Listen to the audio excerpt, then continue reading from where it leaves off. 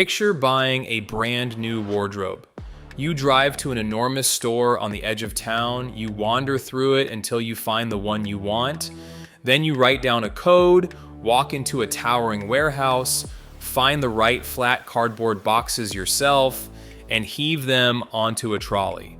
You push them to the checkout, load them into your own car, drive them home, and carry every heavy box inside. And then you spend the next 3 hours on your living room floor surrounded by hundreds of loose panels and tiny screws, following a booklet of silent diagrams with nothing but a little metal wrench. No technician arrives, no craftsman finishes the job. No one does the difficult part for you. You do all of it. And somehow, at the end, millions of people feel satisfied. Some of them feel something close to pride. Stop and consider how strange that is. Almost every other business on earth competes by doing more for you. Restaurants cook your food, hotels make your bed, airlines carry your luggage. The entire logic of modern service is to remove effort, to take the work off your hands. IKEA does the opposite. It hands you the work. It asks you to become the warehouse worker, the delivery driver, and the assembler all in one afternoon. And it has become one of the largest furniture retailers the world has ever seen by doing exactly that. The easy explanation is that IKEA is cheap, but cheap furniture has existed for generations, and none of it built a global empire like this one. Something far more interesting is going on. IKEA has quietly turned effort itself into part of the product. The hours you spend building that wardrobe are not just the price of admission. They are strangely part of what you bought. And this is the third case file in our look at the invisible systems that quietly shape the modern world. To understand it, we have to answer a question that sounds almost backwards. What if making customers work actually makes them love the result more? To find the answer, you have to go back to a cold, poor corner of southern Sweden. IKEA's founder, Ingvar Kamprad, grew up in Småland, a rural region of rocky farmland and long winters where resources were scarce and nothing was ever wasted.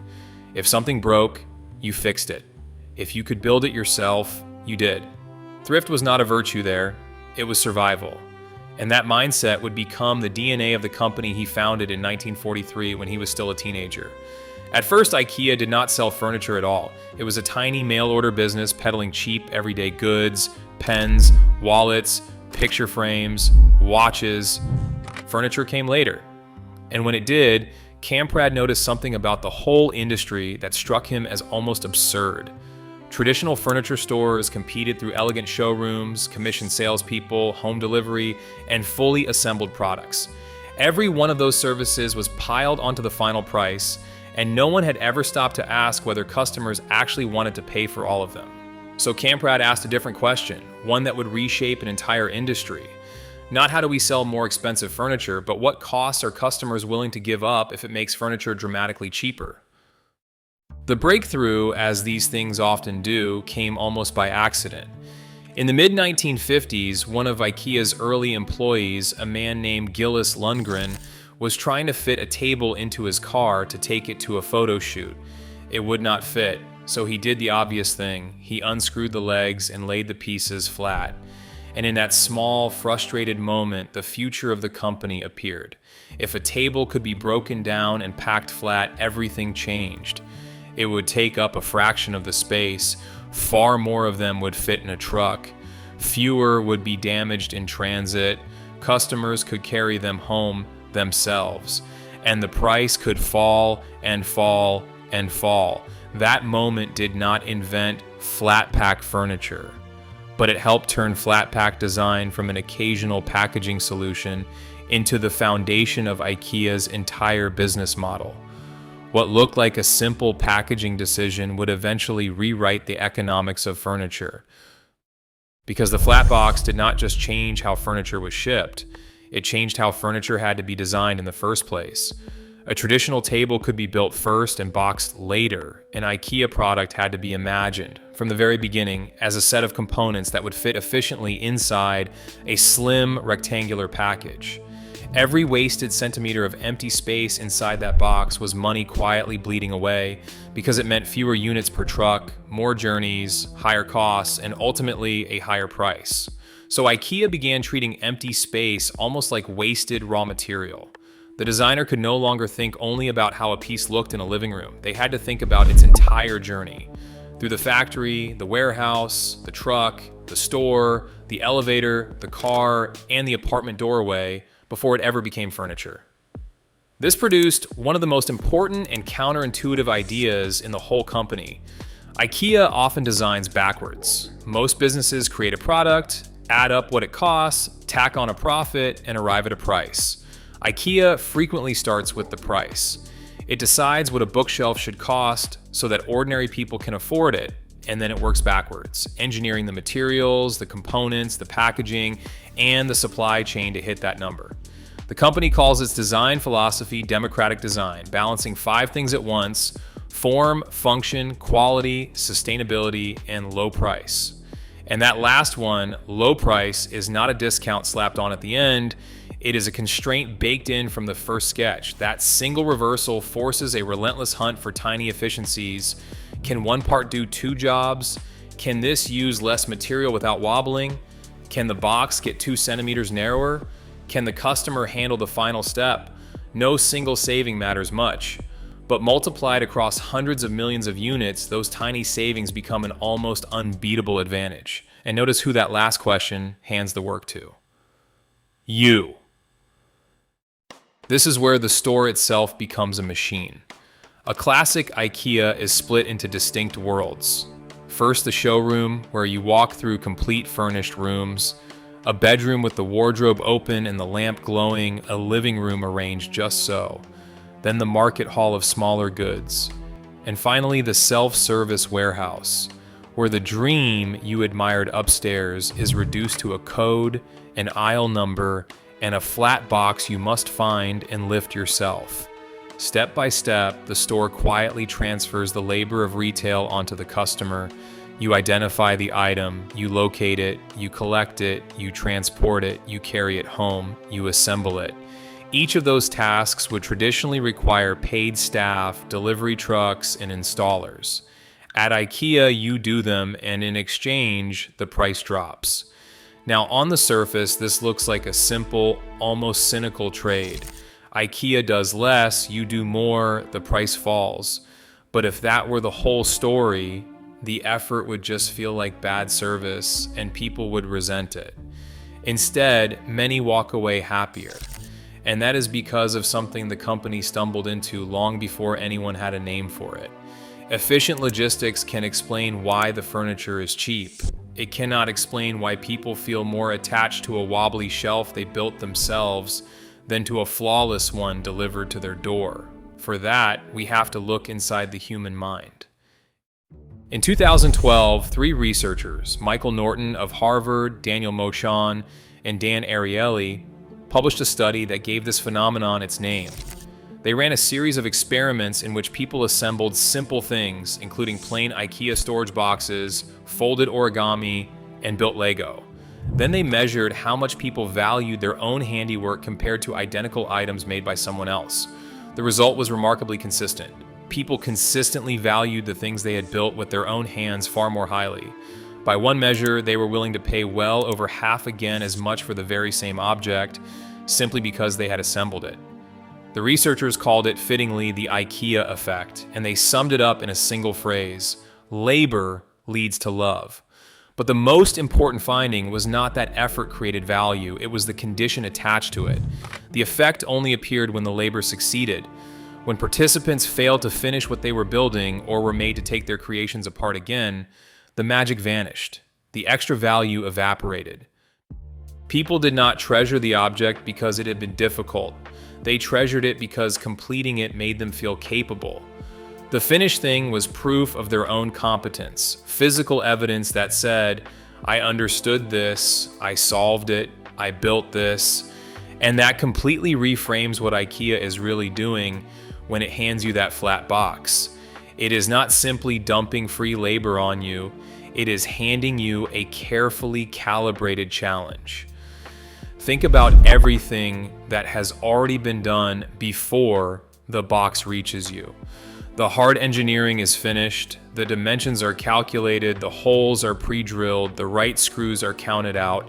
The whole daunting process has been boiled down into wordless diagrams. You are not being asked to design a wardrobe from raw lumber. You are being handed a puzzle that has been deliberately engineered so that you can win. And that is the delicate balance at the heart of the entire system. If the furniture arrived fully built, you might gain convenience but lose one important source of attachment. If it arrived as raw planks in a pile of hardware, most customers would feel lost and give up. IKEA lives in the narrow space between, demanding just enough of you to create the glow of accomplishment, but not so much that you fail. There is deeper psychology stacked underneath this too. Researchers have long known about the endowment effect, our tendency to value something more the moment it becomes ours, to the point that we will demand more to give it up than we would ever have paid to get it. There is effort justification, the mind's quiet insistence that if we struggled for something, the struggle must have been worth it. In a real shopping experience, these different psychological forces can overlap and reinforce one another. The wardrobe is not just yours because you paid for it. It is yours because your afternoon is physically embedded in it. You remember carrying the boxes. You remember putting a panel in backwards and starting over. You remember the moment the whole thing finally stood upright. The object now carries a story, and that story is about you. I built this is a fundamentally different feeling from I bought this. And IKEA begins seeding that sense of ownership long before you reach the checkout. The showroom does not show you a wardrobe as a flat box. It shows you a life, a finished bedroom you can imagine moving into, where the clothes are already arranged and the lamp is already glowing. It turns shopping into a kind of simulation, letting you picture where your books would go, where your child might sit before you have bought a single thing. By the time you reach that industrial warehouse and start hunting for boxes, you are not evaluating cold products anymore. You are collecting the pieces of a future you have already started imagining. So the system works beautifully, on the page, which raises the obvious question. If the recipe is this clear, why has no competitor managed to build a second IKEA? On the surface, it looks so copyable. Design modern furniture, pack it flat, open a big warehouse, hand out Allen keys, keep prices low, maybe sell cheap meatballs. Every visible feature seems easy to imitate, and many companies have tried. But copying what you can see is not the same as reproducing what you cannot. Because IKEA's real advantage was never the flat box. It is the vast, invisible web of coordinated decisions required to make that box cheap, functional, attractive, and simple enough for an ordinary person to assemble. The box is just the one place where that giant system pokes up into daylight. Consider the trap a new competitor falls into. A factory can offer a low price per item only when it produces enormous quantities. But a new furniture company has no customers yet, so it cannot promise those quantities, so it cannot get that low price. So it cannot attract the customers it needs to reach that scale. It is a circle with no obvious way in. IKEA spent 80 years building both halves of that circle together, growing to roughly 45 billion euros in sales across its system and hundreds of millions of store visits a year. At that size, shaving a few cents off one screw used across millions of products becomes a fortune. And IKEA does not simply buy from the cheapest factory of the week. Across products, components, transport, food, and other services, it works with roughly 1,500 suppliers.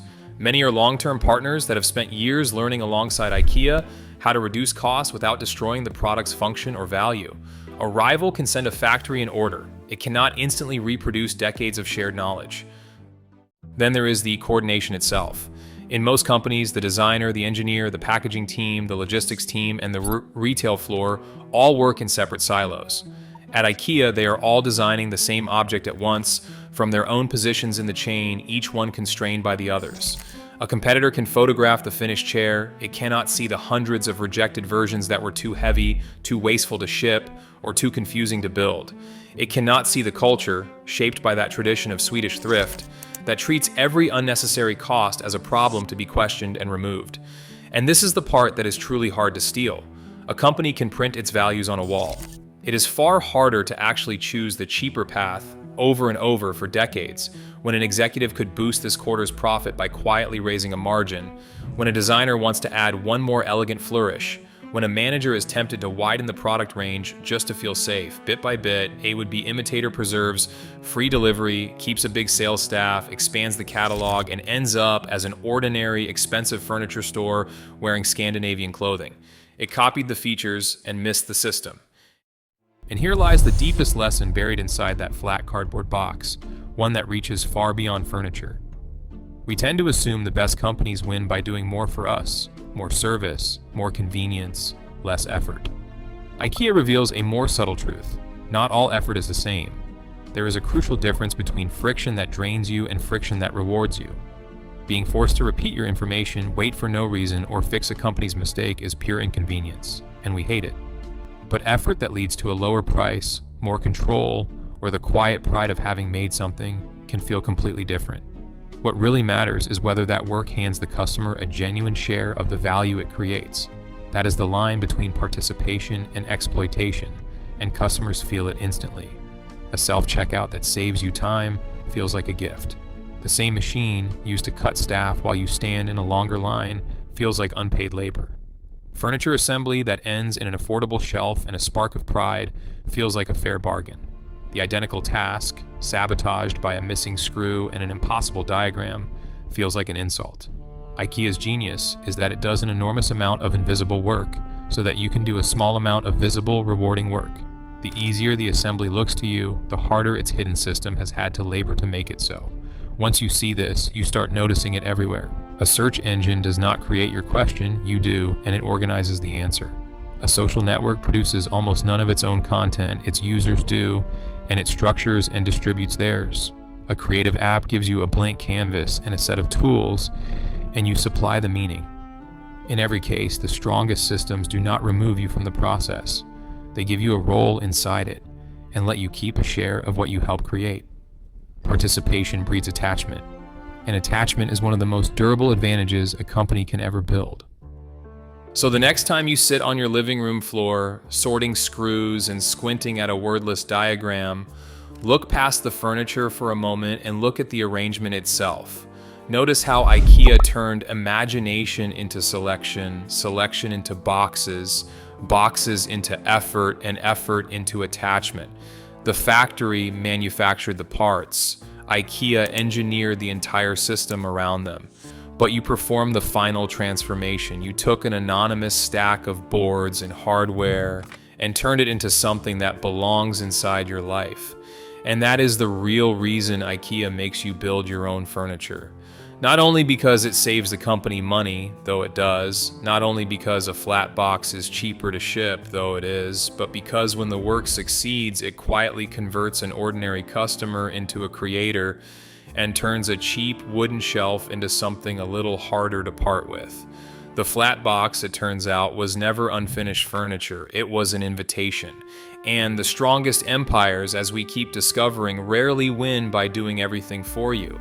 They win by handing you a carefully designed role in building the value yourself and letting you believe correctly that the result is partly your own. Once you learn to look past the product and see the system beneath it, ordinary companies begin to look very different. If that is how you like to understand the world, subscribe and stay with us. There are many more invisible empires waiting to be uncovered. Case file number 3, closed.